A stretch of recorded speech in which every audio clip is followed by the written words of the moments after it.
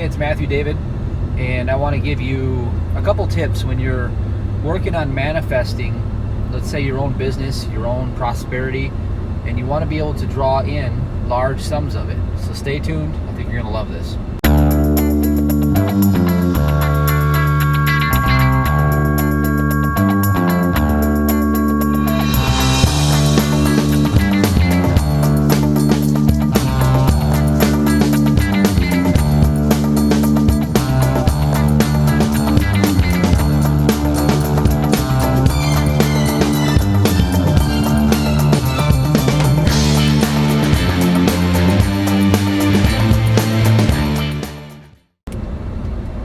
So the first thing you want to know is that your vision, in terms of like what you're envisioning, your creative power of imagination, determines the amount of provision that comes into your life. Now, that's just a given right there. So we're going to put that aside and assume that that's just a given in the rest of the equation that I'm going to give you. So these are two of the pitfalls that I discovered in my many years as an entrepreneur. And I spent a whole decade in my 20s making these mistakes. And these mistakes, I truly believe, are what allowed me to stay stuck and to not get ahead. All right. So the first mistake that I made was that I started to make it about taking care of me. Like when I wanted to be an entrepreneur, it was because I wanted, the flashy cars, the big houses. I wanted to be important. I wanted to be, somebody, who made it, who arrived. I wanted to be that guy. And nothing really worked out for me at that time. All right. And the other problem I did was, number two, is, I resented a lot of people like, my former bosses and people that I didn't want to be part of their world anymore. So here are some spiritual laws that you should consider if you want to make this a lot easier. The first and foremost thing that I always teach when I teach the 3-2-1 prosperity formula at my website, MatthewDavidHurtado.com, is obviously number one is the tithe. Coming into covenant with God, making God your partner in your business. That obviously goes without saying, all right? Now, to correct the first problem, the first time that I made substantial success, like seven figures, was when I had a mission. And it wasn't about me. It was about truly serving other people and really being a star on a team. And it wasn't about, having everything stick to me, because like Neil Donald Walsh says in one of his videos, what goes through you sticks to you. Well, what you make happen for others happens to you. So I wanted to be effective as a star on a team. And because I played in that capacity, it was a very similar capacity to a job. So you see that this whole dynamic here is that when you're on a job, you're part of a team. And, you're part of a whole.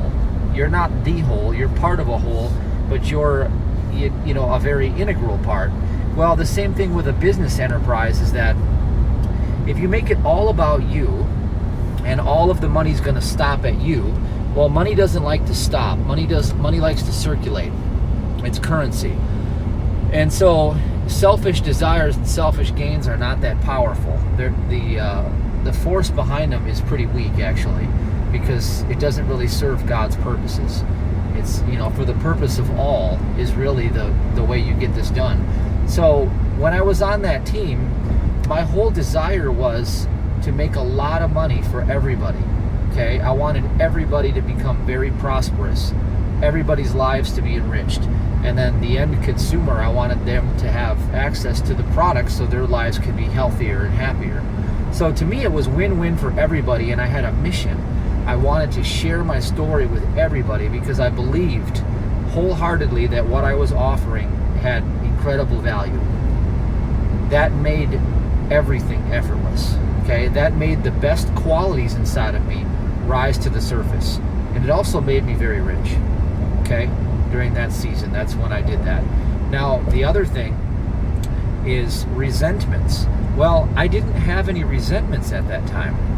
I was so focused on the mission that I didn't have time to be, they say people talk about three things. Little minds talk about people, All right, medium minds talk about things and great minds talk about ideas.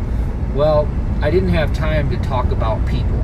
So I didn't get caught up in the he said, she said things. I was on a mission.